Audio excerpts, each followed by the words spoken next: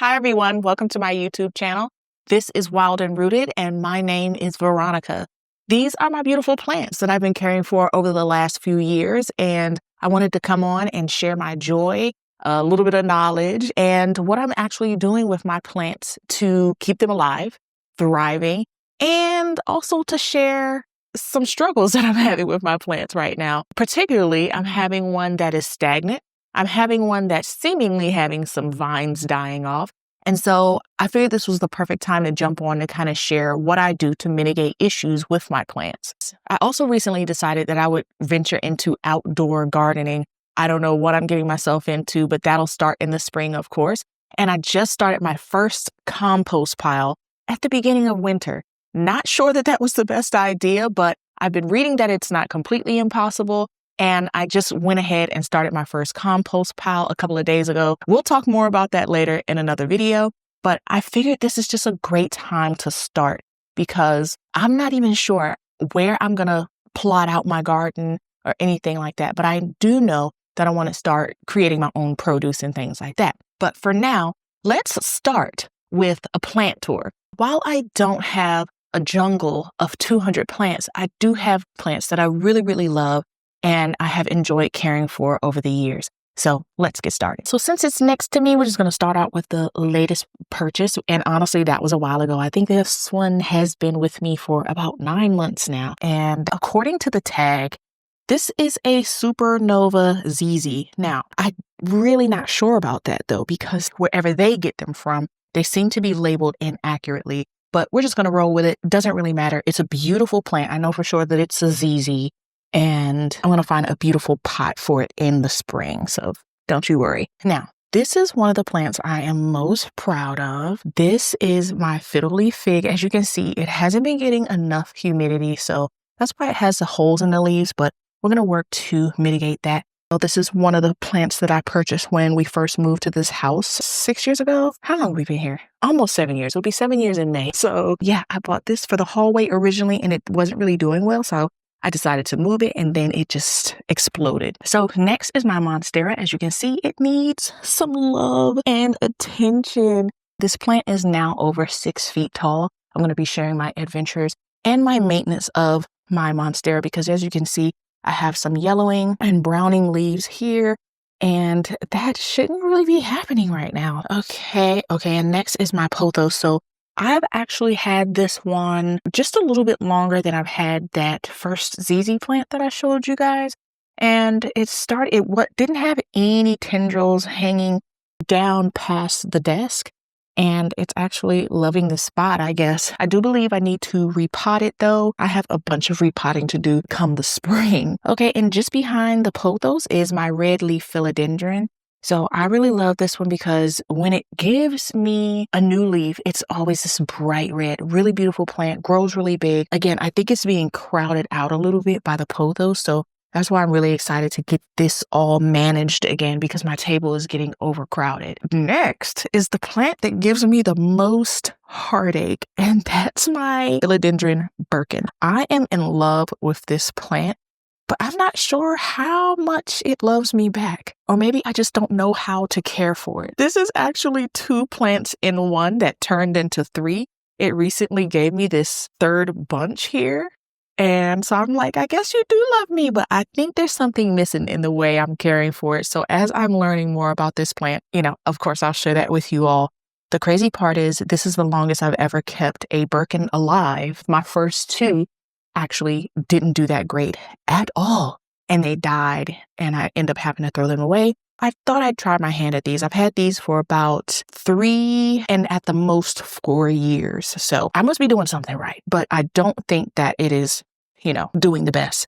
I'm going to see how I can improve on its care. As I said to you guys before, my table is overcrowded. These are both of my ficus. My rubber tree, my classic rubber tree is right here. And I recently topped this one. Look at those. Oh, look at those roots. I can go ahead and put it in a pot now. So I took this off of the the rubber tree rather, that's in my office. I took the top off of that because I wanted the plant to look more bushy. And so I'm on a quest to make that happen, but this is the beginning of it. And of course, I have to make sure it gets enough light. And with it being crowded and covered by other plants, that's going to be a problem. Anyway, let's move on to my ruby ficus. Now, I love this plant. This is the one, though, that has been really stagnant. It's only giving me 2 leaves in the last 3 years. I'm thinking it's a potting issue. Of course, look at this little pot that it's in. So what I'm going to do this spring is I'm going to give it completely new soil and put it in a beautiful pot to complement these beautiful leaves. Oh, I love this plant and I am so excited to see it grow up. But I've had it so long that it should be doing better. But I do feel like it feels cared for. The leaves feel amazing and firm. So I think I'm doing pretty good. And then for this one, this is a plant that I am propagating for my neighbor friend. She wanted something that's easy to care for. And so I told her I would give her a piece of my pothos. And when I chop my monstera, she'll get a piece of that as well. So these are all the plants that are on my table. And this is what's in my sunroom, everything that I just showed you just now. And then we'll move on to the plants that are in my office.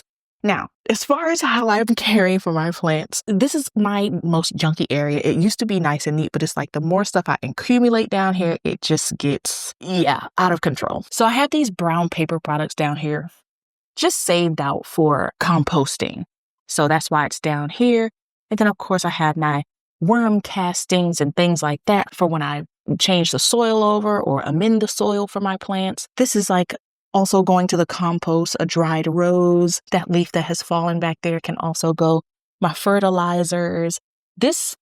I never did anything with this. I put some soil and intended to pot something and never did. So we're going to clean all this up. And of course, I'll be sharing all of my cleanup adventures with you all because clearly I have a lot of cleaning and touching up to do around here. But these are the sunroom plants.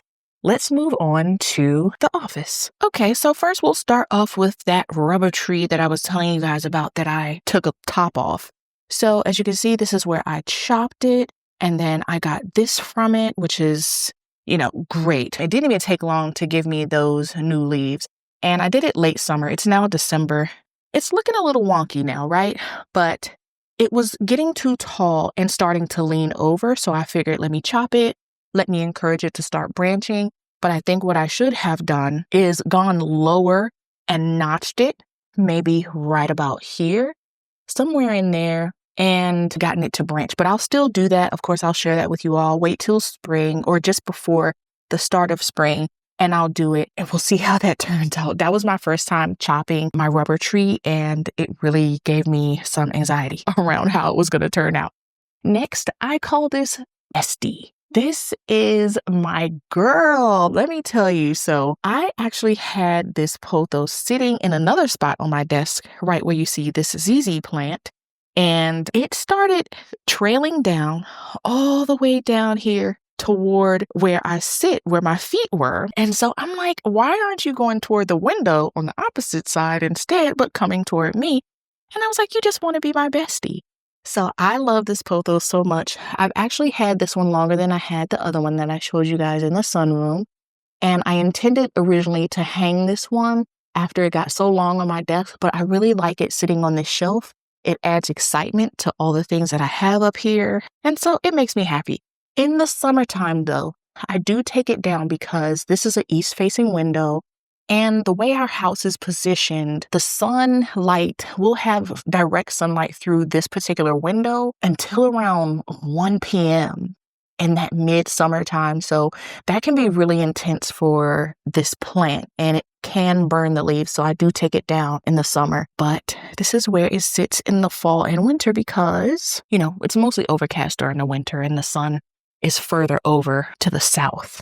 Anyway, let's see. Next is my ZZ plant. Now, this is also one of the ones that I've had this one for almost 7 years. It was one of the first plants I purchased when we got to this house. And one of the things I really love about this plant is the leaves. Like the leaves always stay shiny. You know how certain plants you have to shine them up and wipe them off. I never have to do that with my ZZ plant. I absolutely love, love, love, love this gorgeous plant. And it loves me back. It grows pretty well, too. I was reading that when I first got this plant, that it was a slow grower, but the reward is so much worth the wait when you're caring for it properly. And the great thing is too, it doesn't need a lot of care. It's stunning. Now, funny story. Speaking of ZZs, I've had this one for about 2 years, and this is all the growth I've gotten from this one. This is actually new, a new sprout. This probably popped up maybe in August or so, and I was so surprised to see it, like, oh my God, finally I'm getting some growth. I originally propagated this in water, and I'm telling you guys, it took 5 months to get some roots. I kid you not. And I was like, I shouldn't have done that, but I actually chopped it from this one. And so I guess I'm doing something right. They can be left alone. They can be left alone. They don't like a lot of water. So if you are a beginning plant parent, like ZZ plant is a no-brainer. Lastly, in my office is this giant monstera. I have named all my plants. We'll go through plant names as we, progress. But this plant's growth has exploded. So this was actually a rescue. I had it in the sunroom next to my other monstera in a separate pot. And it suddenly, I don't know what happened. It started dying. And I was like, oh my God, I got to save it. So I took it with just 2 leaves, chopped it, put it in water for a couple of weeks, then put it in this pot. And now it is like quadruple the size that it was. Of course, as you can see, it needs a bit of humidity because the leaves are curling. But, the heat is dry in the winter. But goodness, gorgeous, gorgeous, beautiful plant. Usually this plant sits directly in this corner, but it's wintertime. So I try to move them closer so they can get as much light as possible. And those are my plant babies. I hope you guys enjoyed this video. And of course, I'll be sharing what I'm doing next, which is chopping that giant monstera in the sunroom. All right, if you've gotten to the end of this video, this is your invitation to grow with me, to learn with me and share what you've discovered too, as I do the same.